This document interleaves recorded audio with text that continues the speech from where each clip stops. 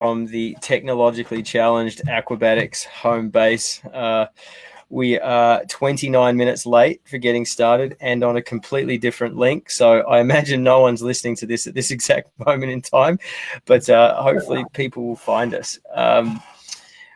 Today I have on the podcast or on the live stream, whatever we want to call these bloody things, is James Savage, all the way from Kenya, a longtime friend of mine and the owner of Savage Wilderness Safaris. How you doing, James?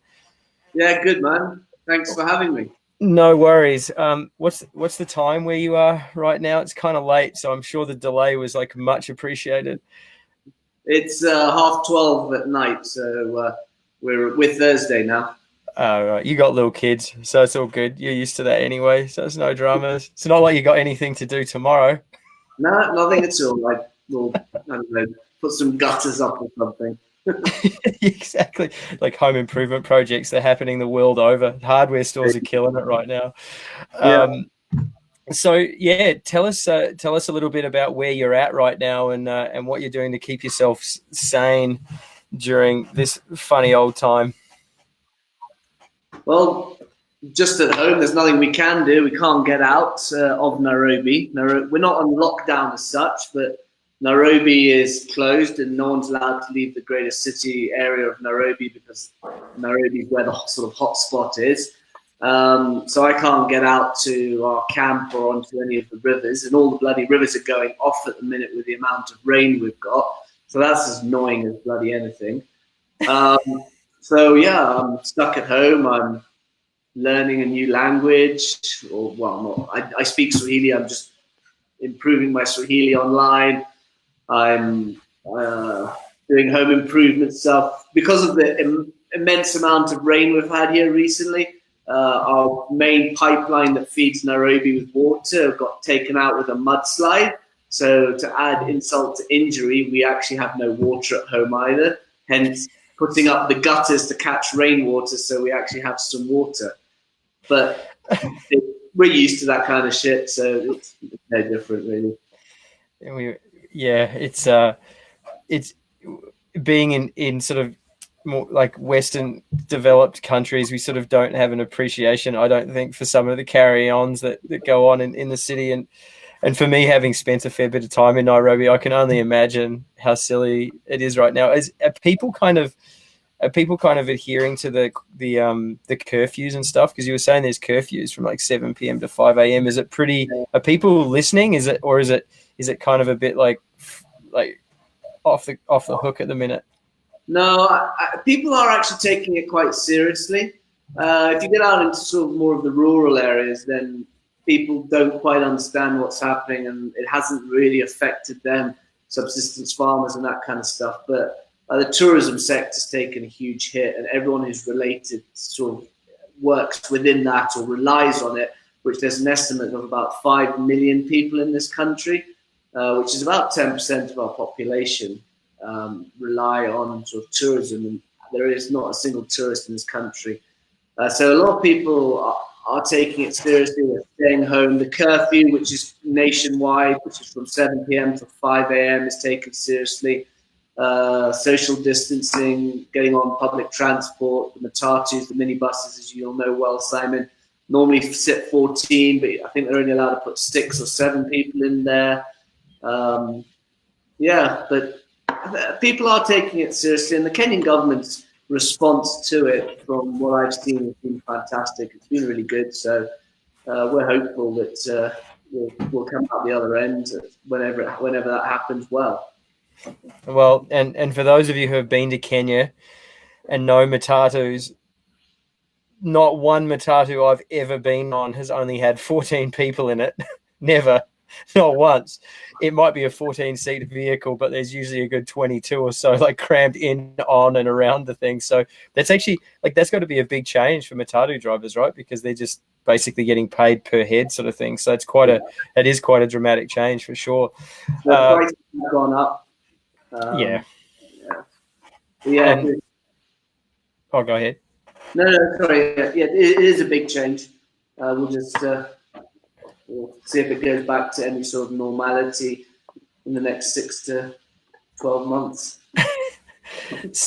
So one of the reasons I asked James to have a chat is that their business, Savage Wilderness Safaris, is one that I've worked for in the past and have stayed there a lot and spent a lot of, and with Aquabatics, we've run a bunch of trips out there as well. And, it's a tourism-based company, and obviously Kenya relies very, very heavily on tourism, and there's no tourists right now. So that's a super big challenge. But it'd be good for you and I right now, James, just have a bit of a chat and sort of introduce people to what Savage Wilderness Safaris is all about. It's like got to be the best name for an adventure company in Africa ever. I'm still not sure your old man didn't change his name to Savage at some point, but that's all right.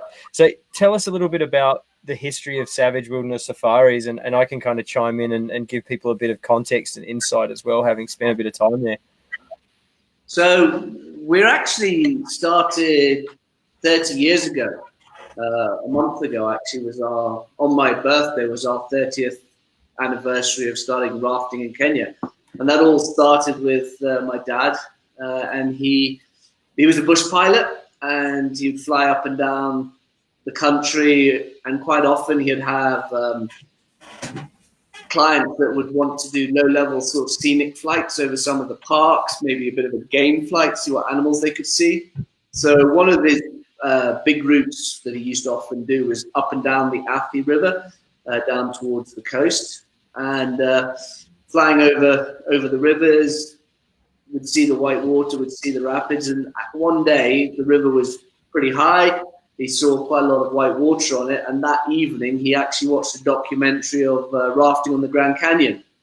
And then he dropped and he thought, hang on a second, I've just seen a brown river like the Grand Canyon with white water.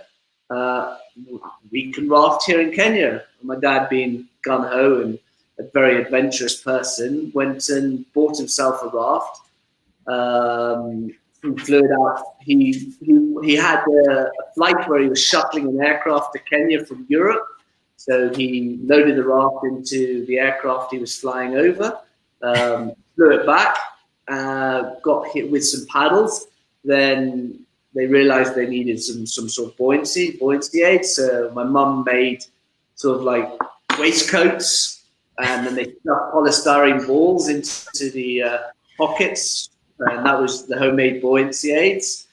Probably had about 2 newtons of buoyancy. And then they set a date and got a team together, and off they went. There were 5 of them on the river.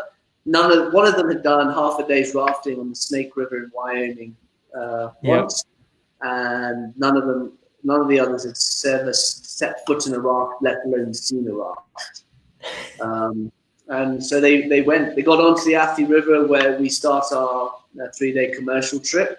The river was the highest it had been in sort of 7-10 years, something like that, or what we were told. The 80 kilometers that on a commercial trip could take sort of 3 days, they did in 8 hours. Not a clue what they're doing, and to this day my dad says he doesn't know why he's still alive or why they didn't lose someone on that trip.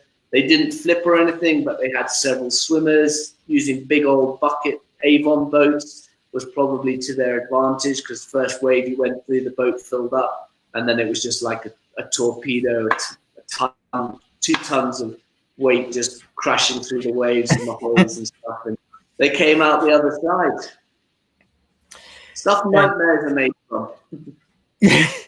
And so the Athi River is now something that's so we'll sort of go all over the place a little bit here, I think. But the Athi River is a trip that Savage raft fairly regularly. It's a multi-day trip. I took, before we bought Aquabatics, we started a company called Adventure Trippin', which was basically just a buddy of mine, Luke, and I just deciding that we wanted to travel the world and run outdoor trips. And the first trip we ran was to Kenya, and we did the Athi River with my family. Our first set of clients were basically my parents, Luke's parents, my now wife, and one other person. I think it was pretty funny. But we ended up doing the Athi, and it was a little on the low side. And so not only is the whitewater something that you need to think about, is you also need to think about the wildlife. And with the river being low and it's this orange water, we kept getting hung up on these bloody sandbanks everywhere. And Luke and I were guiding, and we'd have to get out and like shake the boat off, and 5 times out of 10, like a little crocodile would like just skitter away from you as you stood down. And it was just like, oh God, I'm so sick of this.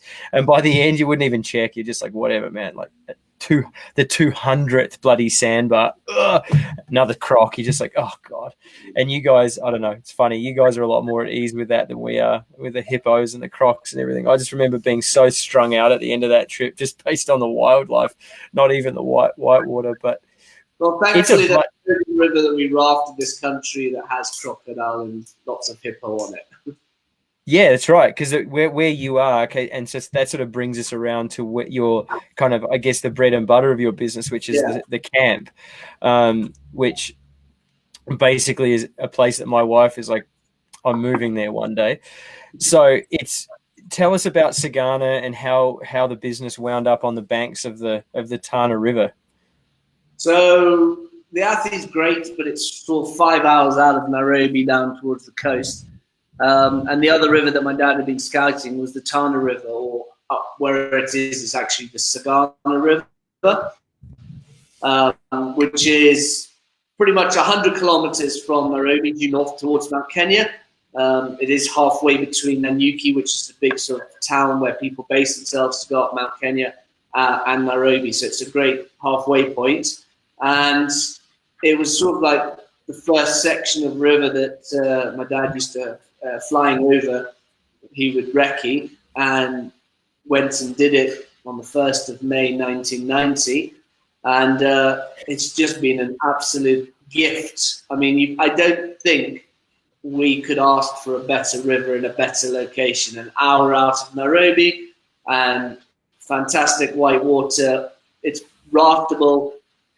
Well, it's raftable 11 months of the year on average, probably even more than that. We get some really horrendous low water, but we still manage to do sort of ducky trips on it, 2-man inflatable canoes at that time. But a good 9 months of the year, it's a good class 4 river. When it's high like it is at the minute, there's a couple of good class 5 rapids on it as well. So we bought a plot of lands, started off with an acre, and over the sort of last 25 years, we've now got 10 acres of land up there on the river, bridge across the river, 2 sides of the river, 2 swimming pools, big kitchen area, 28 room so we can add 2 big bunk houses. So when we're super busy, we've got sort of up to 150 people in the camp. And it's a pretty spectacular property, and for those who have been there, like the property itself is really, really cool. I don't want to mess with technology right now. I have a bunch of pictures, but I don't trust that the computer's not going to crash and we're going to lose all this. So if you check out savagewilderness.org, you can see the camp. But basically, my first experience with it was we were actually heading out to paddle the Zambezi and the Nile, and a buddy of mine, Adam, was like, "You should hook up with James. He owns a raft company in Kenya." I'm like, "Kenya? No one kayaks in Kenya," which at the time was awesome because we wanted to go places people didn't paddle, and so I didn't know what I was doing. James rocked up at the airport to pick me up, chucks me in his 4x4. This was like rock star. I thought I was going to be like thumbing it to Uganda or whatever it was.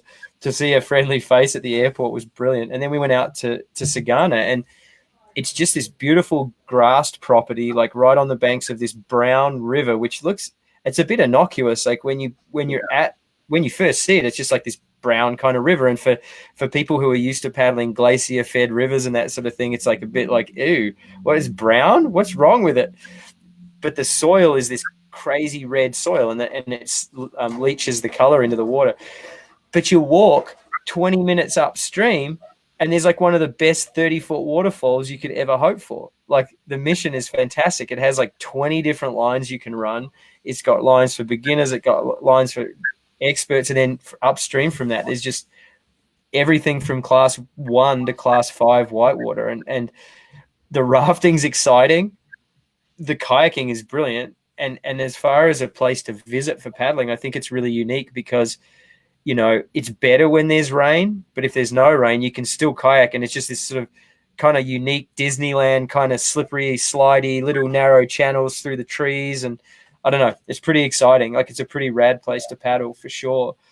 And so, like, over the years, the business, since I've been there, the business has grown loads, like as far as the footprint and what you offer and everything. And so, you do a bunch of work with the military, with the British military. Like, that's a big part of what you've always done. And that was always a fun thing to work on because the squatties were always pretty hilarious to hang out with.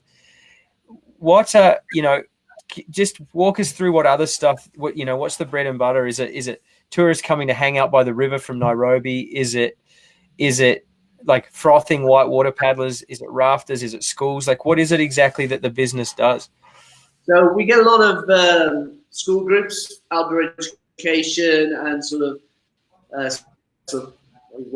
use a better word, maybe team building sort of trips coming up to the camp. We do a huge amount of stuff on Mount Kenya as well, but our weekend sort of rafting, domestic tourism from Nairobi, but also international tourism from Nairobi is quite big and popular. Large numbers coming through, as it's ideal for a day from Nairobi.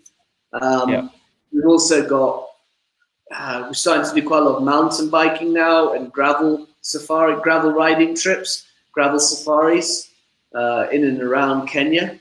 So just a few, trying to sort of like establish that we're sort of like adventure tourism experts. So any sort of adventure activities, we're the ones that people come to. And we'll do that. As far as kayaking goes, that is growing and it is getting bigger and more popular for sure. But I think a lot of people still, when they think of Africa, kayaking, paddling, it's Uganda, it's the Zambezi. A couple of other places have sort of started to pop up, sort of Ethiopia and Madagascar. Fantastic, really big stuff. But also Kenya has got some amazing rivers. I mean, and as you were saying earlier there, Simon, it doesn't really matter on the water level. All water levels throw something different at you. So you could come in the dry season and come in the high water season and even in the medium season, and you'll be like, these are just like completely different rivers, and it's fantastic. It's great. Obviously, myself now, I just want high water. That's all I want. High water, big bouncy, because I've paddled in all water levels, and big, high, bouncy water is my favorite for sure. Yeah.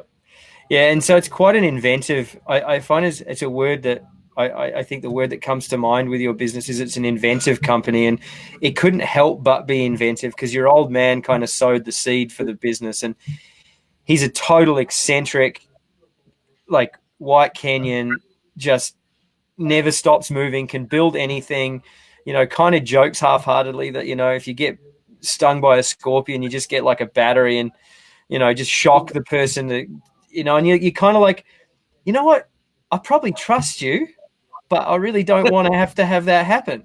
Right. And your mum and your dad, like, they're fantastic people. And you can just see why the company's been so inventive. Right. To the point, and this is a funny, like, anecdotal story. We were stuck in Nairobi at one point on one of the paddling trips we did to Kenya with James, and it was bloody hot, and he had his place in Kenya, and I was like, dude, why don't you have a pool? He's like, man, that's a bloody good idea.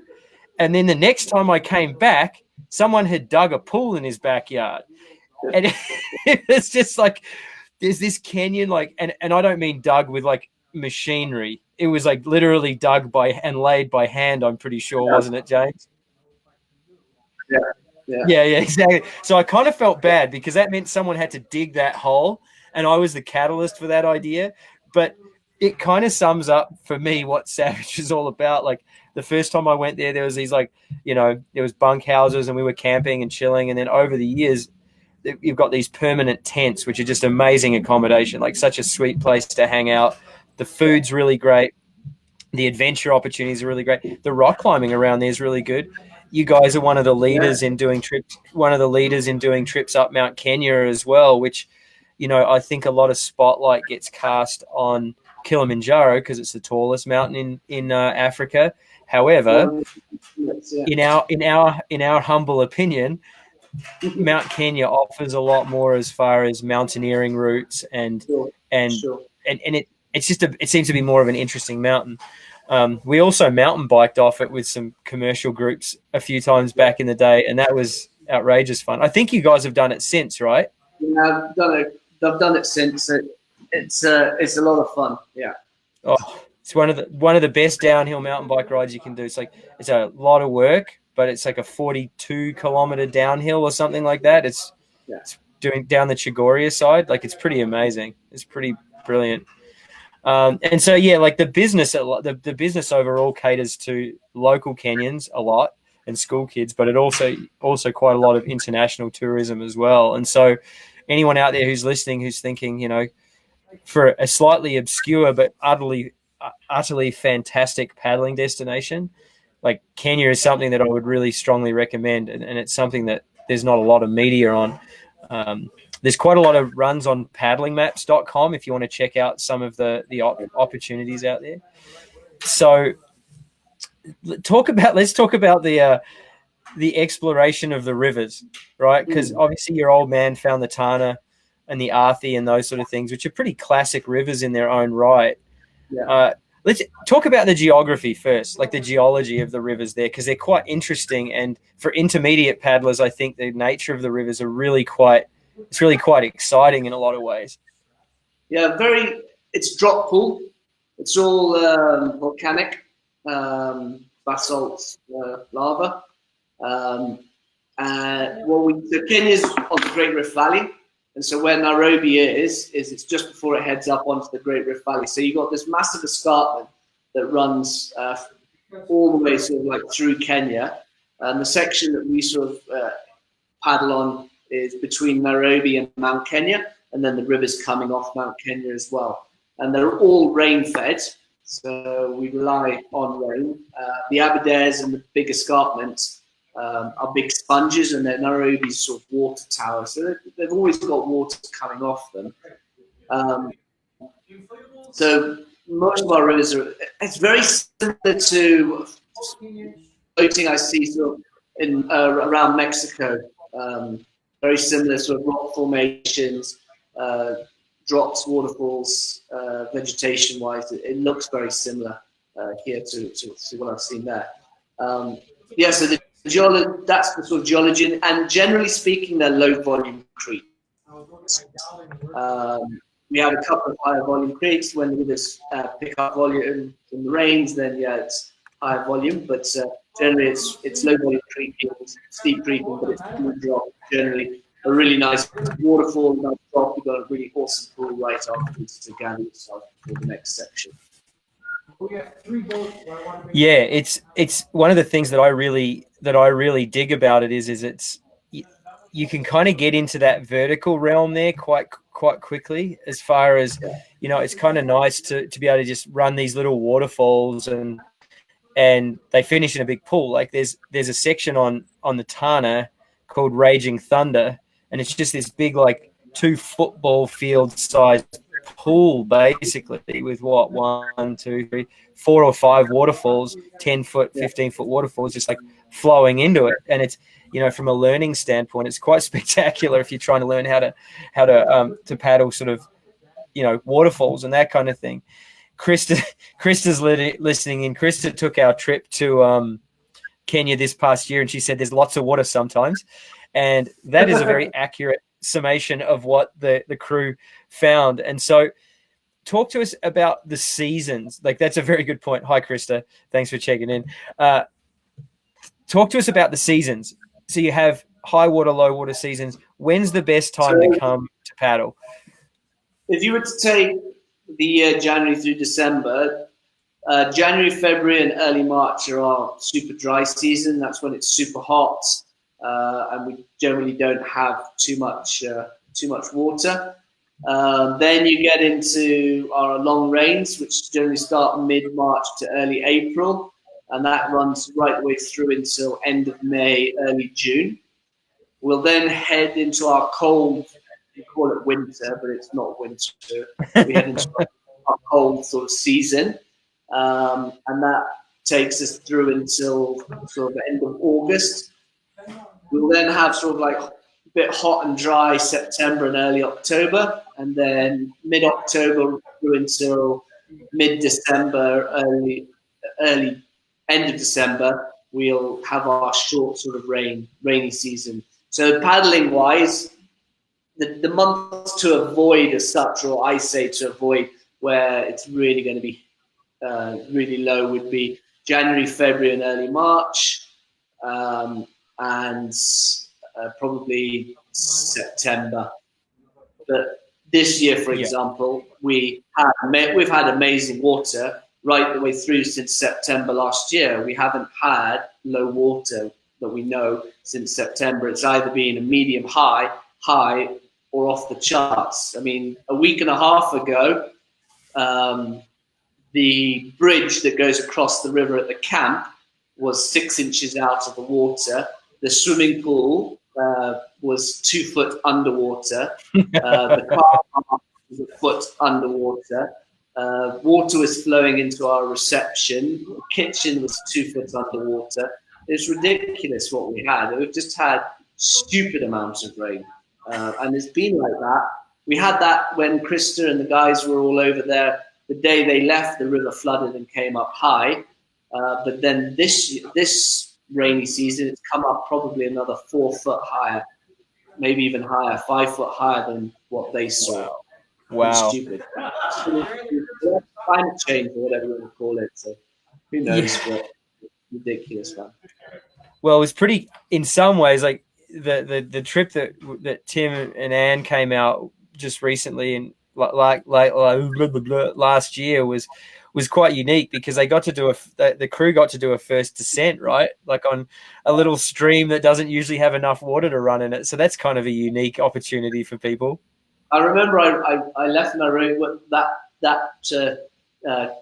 day. I left Nairobi at sort of 6 a.m, and I knew the rivers were going to be high, and so I headed straight up there. And I remember being on the phone to Tim, going, "Hey Tim, I found a river that looks like it will be paddled. The only problem is first descent. So take it." I'm pretty sure I've looked on Google Earth. It looks good. Doesn't look like there's any massive drops in it, and the characteristic of the river, it should be good to go. And yeah, they went and did it and had a great trip. I've subsequently gone back and done it again as well. And it is actually a really nice section. That's wicked, and it's pretty unique in this day and age that you can be somewhere so close to a really popular paddling location, and you can kind of jump on a first descent sort of thing. It's pretty good. And so I kind of got waylaid there a little bit. We're just sort of talking. That's not me on the bottom right, Kimberly. That's not me. My locks have never been that flowing, I'm afraid. I don't know who that is. Who's that? Who's it? Joe Ray Dickens. Okay. Sorry to disappoint, Kimberly. I think you took that shot, Simon, or did Michelle take that? I'm not sure. Maybe I took that. I definitely took the photo of you on the left there on what was that called? That was called Pregnant Goat. That's right. And that's on the Maragua, right? That's on the was the rapid to the Maragua Gorge section. Yeah. So I guess that segues kind of nicely into the exploration of whitewater in Kenya. So we kind of went there and then backed off of it a bit. And so this is where James and I got to know each other quite well over the years, was sort of our shared desire to explore the rivers of the world. But for James, it was Kenya because it was close to home. How did that all play out? Like, what's your I guess I have an opinion on how that all happened, but how did that all transpire? Like before we met, how was that percolating? When I was at university in Liverpool doing outdoor education, where I met Adam, who knew you, and that's how that connection comes. A friend of mine who's out here at the minute, Chris Collier, and I, and another guy, Mark Thompson, we decided we're going to do a first descent trip to Kenya in 2001. And it was called the Kenya Virgin Waters Expedition 2001, or something like that. Yeah. And so came out in June. And I think that trip we paddled 1, 2, 3, 4, 5, 6, 7, about eight rivers. We only scratched the surface. We didn't actually have amazing water level in central Kenya, but when we went over to western Kenya, when we were heading up to Uganda, we hit gold there. It was absolutely amazing. It was fantastic section of river. Do you remember that section on the Atara where that boat was stolen, Simon? I do. We'll share that story later on. Come to that later. Stolen is probably not the right word to use. Borrowed. And then it was borrowed. Borrowed, yes. So that happened in 2001, and then I finished university in 2002. Came back to Kenya. Chris was here, came back to Kenya as well, and we just started paddling rivers. You came out in 2002 August, didn't you? And we did do a Western Kenya first descent there as well, which it was low water, but it was an okay river, wasn't it? That was a Kipsonoi, right, with the kids running down the bank for like 8 hours. Yeah, I've not actually gone back and done that river upstream or downstream or even that section, which is a shame because I really should. It was really good. It was super good. It had good drops. It was just flat water and then like big gradient drops and then flat water and big gradient drops. It was pretty sweet. Yeah, it was. It was really good. And then since 2002, I think probably up until 2008, I paddled as much as I possibly could. And after that, there's been a couple of shoulder injuries and I haven't really paddled. And there weren't that many people coming through, and you came out on the adventure tripping expedition. It was adventure tripping, wasn't it? Yeah, that was with Andrew and Luke, and Zach and the crew. That was 2004. Still got the T-shirt. It's good. Yeah, man. Doesn't fit me anymore though. It's a bit tight these days. It's a bit tough, Simon. I think the cotton just shrunk. That's all. Yeah, that old chestnut. But it was, I don't know. For me, I think people get probably a bit sick of me talking about Kenya as a paddling destination because I have such fond memories of it. Like those trips were so good. You know, that first trip we came out. Adam said that the first trip I had was May 2004. That was 2004 May is when you came out with Andrew and Luke. You did Bolivia in 2003, and in 2002 you came out and you paddled with Rafe. Was it Raf? Raf and Tim. Yeah. And then that was my first trip to the Zambezi and the Nile because Kenya actually took away from a bunch of my time at the Nile because I was just heading to the Nile to go playboating. Instead, we came creaking in our playboats. So and went through freewheels in 9-foot boats off of the mission, and probably am suffering. My back's probably suffering from that now still. So, but for those of you like people who are considering going to Africa in the long term and going paddling, obviously the Nile is an amazing resource, even with the dams and stuff on it. It's still an amazing place to paddle, and that whole Western Kenya zone is still pretty untapped, and it's like on the road to Uganda. Like you literally drive from Nairobi and you're going through this pretty untapped kind of creeking zone, and there's some big water out there too, it seems. And so you've kind of got that. Oh, go ahead. I've spent killing time. I've been looking at Google Earth over the last 6-8 weeks, a lot, and I've found so many rivers. And another friend of mine is also an Australian called Simon. He's just recently moved back to Australia, but he's paddled and explored a few of the rivers up in Western Kenya that he's given me photos and details about. But I've found over this last 6 weeks, I found another 8 sections of river that need to be paddled. And from what I've seen from Google Earth and the gradient, and just knowing the topography up there, they're going to be amazing.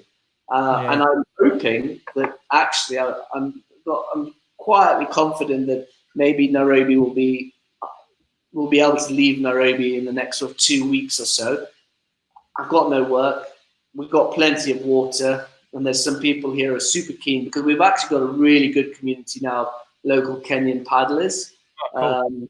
Take a little bit of motivating to get going, but once they get going, they're really good. So I want to go and take a sort of Kenyan team over to Western Kenya. I also take my dad because he's bored and he can get in a raft, and we'll raft and kayak some of those rivers. How old's your dad? How old's your dad now? Nearly 70, 69. Yeah, it's still cranking, just still cranking, eh? Yeah, I mean, yeah, the day he stops will be a very sad day for us all. Yeah, man, there will be. That would be super sad. And so, if you characterize it, so with the, so we've, there's all these areas that we've kind of explored, and so you have kind of that central Kenya region, I guess, around Mount Kenya, and so most of our focus was sort of on the southwest to like on the western flank of Mount Kenya, really.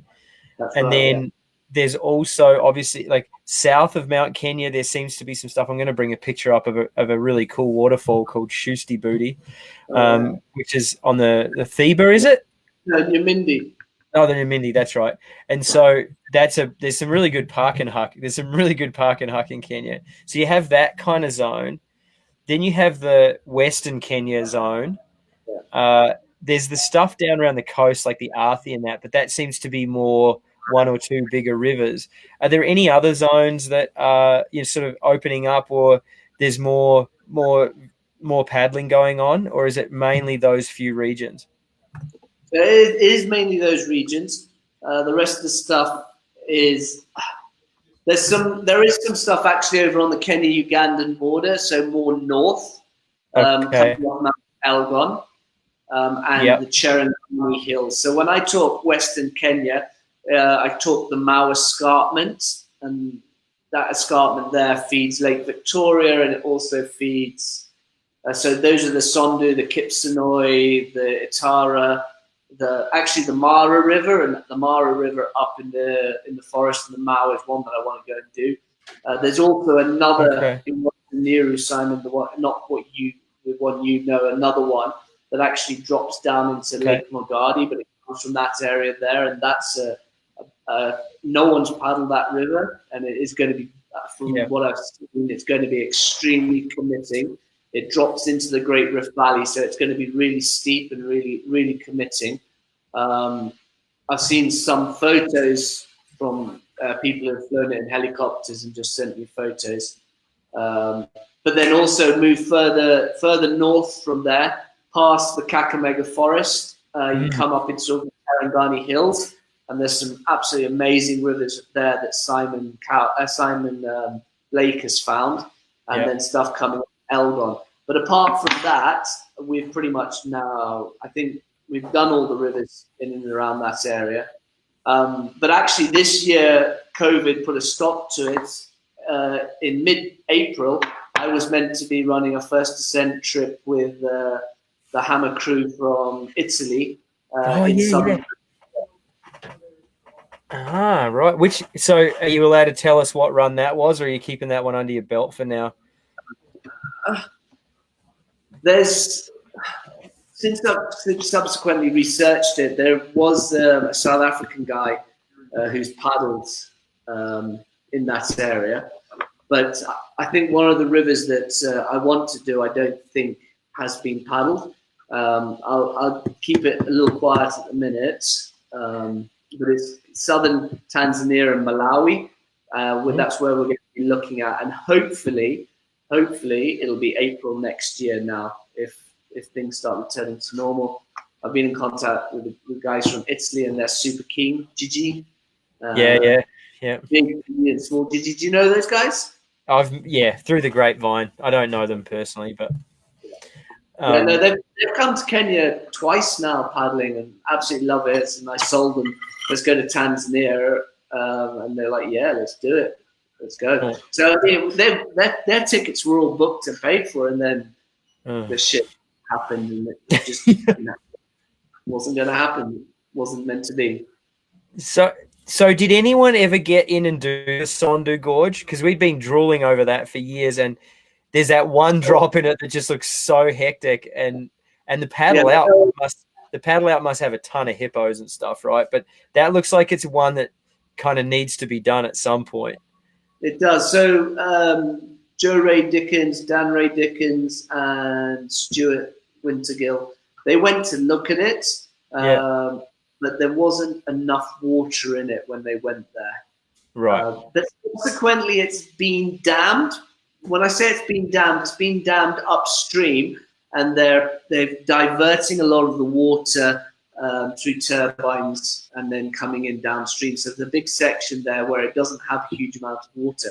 Well, in the rains that we've got now, it will definitely have water. It will definitely be going off. So yes, it's still a section that needs to be paddled, and it needs to be paddled soon. I went in to have a look at it with a guy called James Fleming, the Scottish crew that came out in 2011, I think.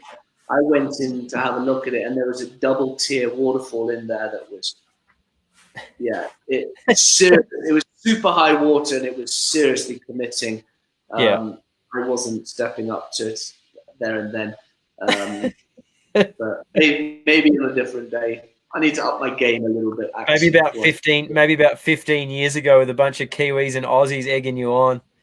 Yeah, maybe. So Kimberly just commented she's an ambassador for aquabatics and a very, very keen river stand-up paddleboarder. Kimberly was actually interviewed Kimberly with some other crew a few days ago. So I actually have some thoughts on this, Kimberly, but I'm going to ask James first. Do you guys do any stand-up paddling at Savage, or is it something that you don't do yet? We've got a couple of inflatable SUPs that we use on the river. I've done the Tana on it. I've never swum so much in my whole entire life. Rapids, I never wanted to swim. I was swimming, even if I was just lying and holding on to the SUP for dear life. No, I think there's a good opportunity for some SUP first descents in Kenya.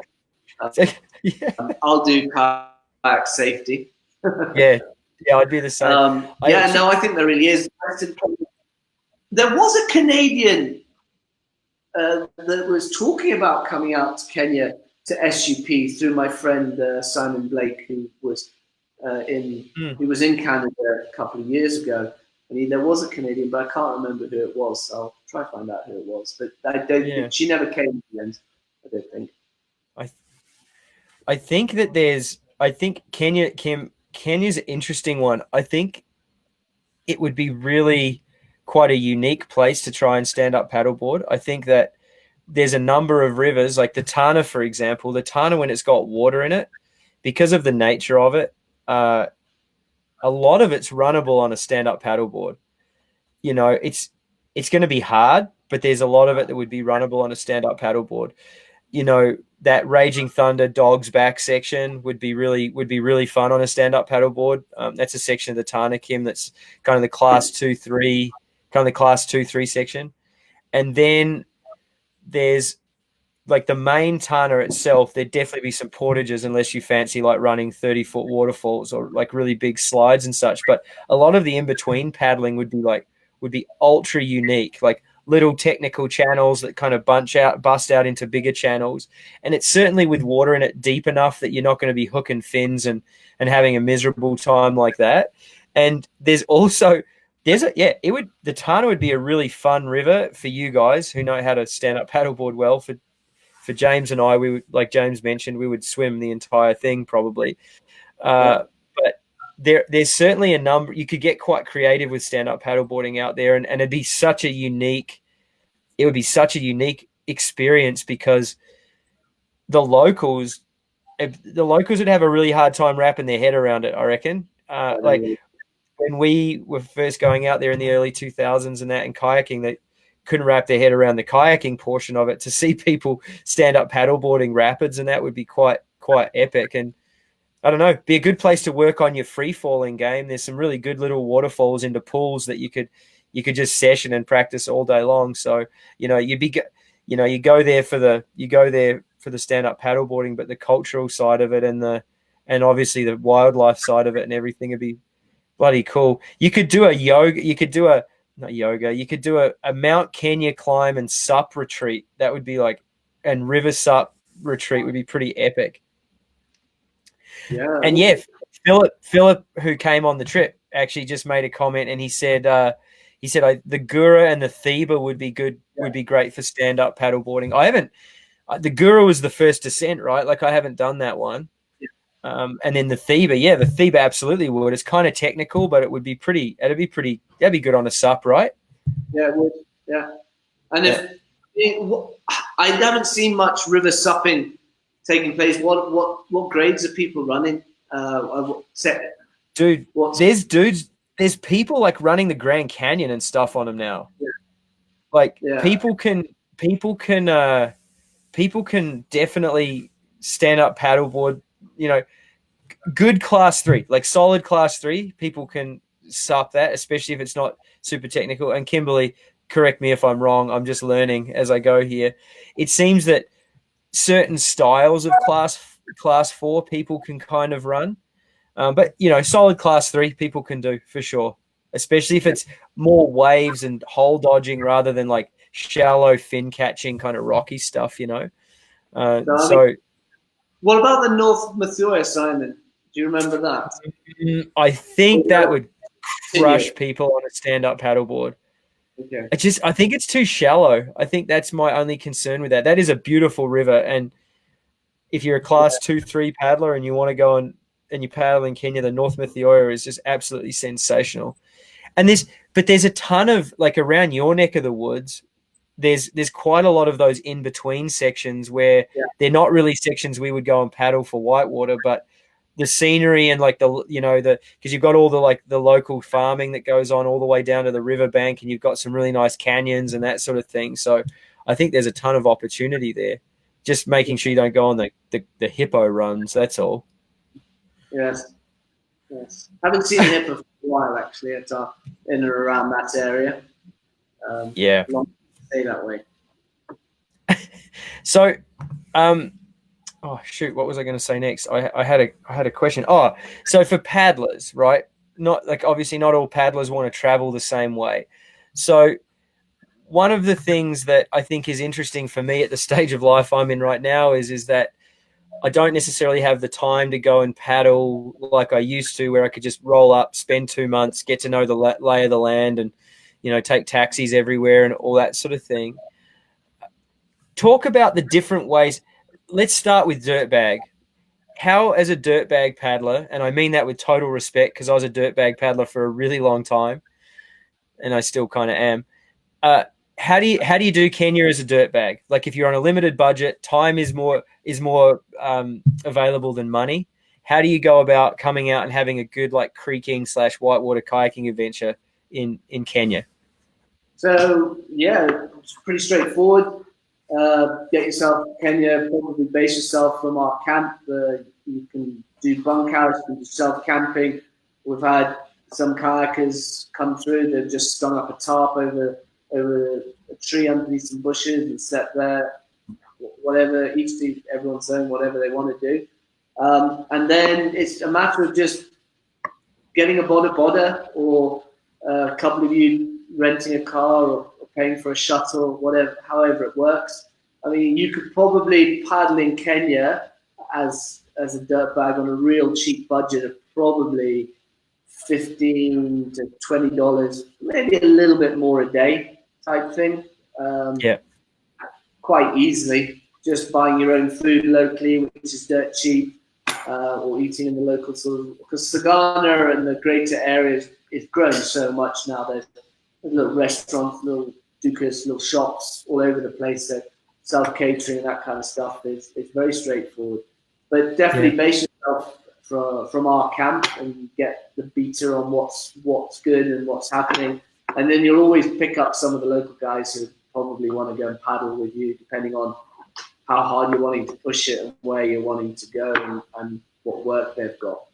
And local transport and just getting on matatus or getting onto bodas, which are those motorbike things with a kayak across your lap, or two of you on a motorbike and two kayaks on another motorbike behind you, and just go to the rivers. And what's really useful, Simon, is that your app, the paddling. Well, it's not an app yet, but I've used. Even actually recently, I've used it to find a put-in that I can't remember where it is. And I've gone and gone, where's that put-in? Yeah, it's that road. Okay, great, just take that.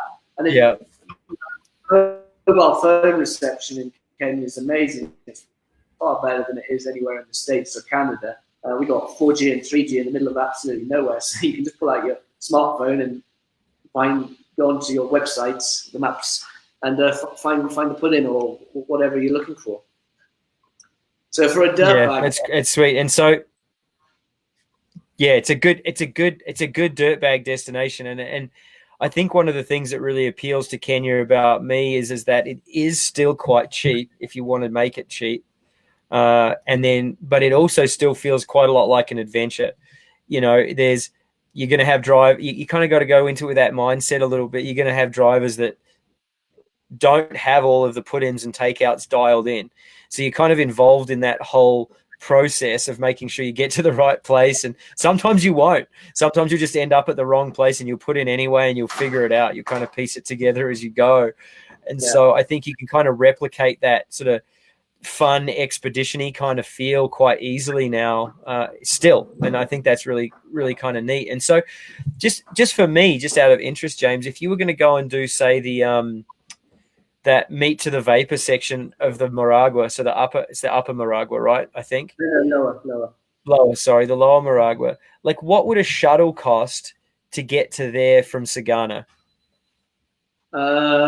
If you did it by motorbikes, it'd probably be about $4, $5. Right. If you went in the car, you'd probably look at about $10 from the camp. I mean, you're talking. It's probably nearly a 50, 60 kilometer round journey. It's insane. And you haven't lived until you've been on a little motorbike with another man with a creek boat between your legs. You just haven't. You just have to do that. And so if you're in a stage of your life where you have less time than money and you want to come and have a unique paddling experience, like, what are the opportunities like to do that, as far as like through yourselves and other operations? So through ourselves, again, it would be we'd set an itinerary before you arrive, talking on email what you wanted to get, just get some background of what you paddled, where you've paddled, what you're looking for. And then from there, we'd set the itinerary. And then if you wanted to keep it, we've had a couple of people come through that just like, I'm just arriving. When I get there, we'll talk.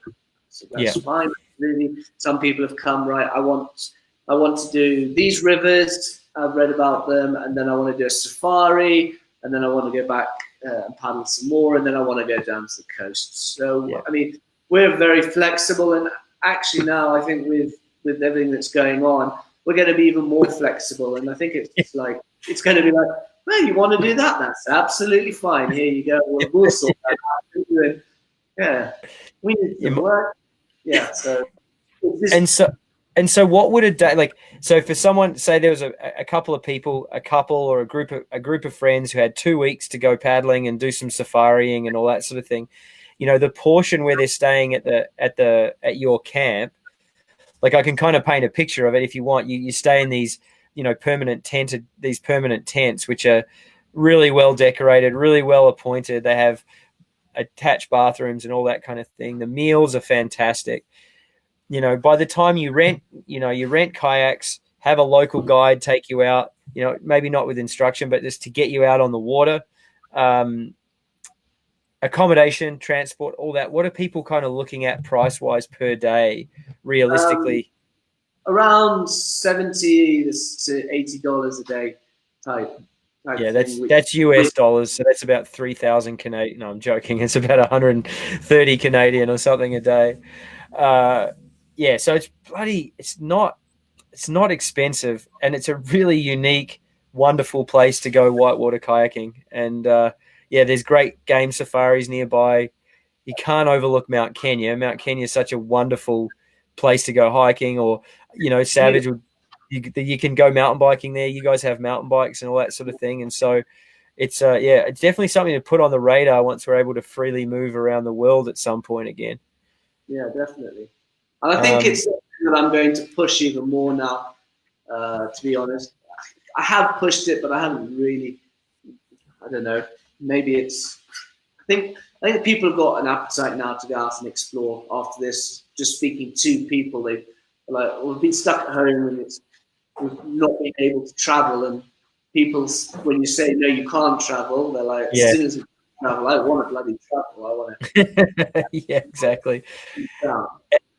And Kenya's an easy place to travel. Like the only downside for North Americans is it's a long way to go. Like it's a long journey to get there. But if you split it up with a stop in the UK, or if you split it up with a stop in Amsterdam or something along the lines of that, it kind of breaks it up. It helps with the jet lag a bit, and it's pretty good. Kenya Airways fly direct from New York now. Do they? Yeah. Huh. That's Yeah. a long flight. So I think it's 14 hours. No, that's not too bad. It's the same as flying to Australia from Vancouver, basically. Yeah, cool. That's really pretty cool. And Kenya Airlines a good airline. They're not like sketchy. Yes, they're code share and sister owned by KLM and Air France, actually. So yeah, they are a good airline. Yeah, man. All right, dude. Well, we've been here for an hour. It's kind of getting late. You should go get some beauty sleep because you got a big day tomorrow, I'm sure. Thanks for taking the time, James. I'm glad we could organize I'm glad we could sort the technology out. Sorry to everyone, we were a little bit late, but yeah, hit James up at savagewilderness.org if you have any questions. Go to paddlingmaps.com. Check out Kenya. There's a whole bunch of rivers in there. James, you should put some more on there so that there's more for people to see. And yeah, thanks everyone for tuning in, and we will be back next week. Thanks so much, James, and have a great night, mate. Right. Cheers, guys. Awesome. Thank you.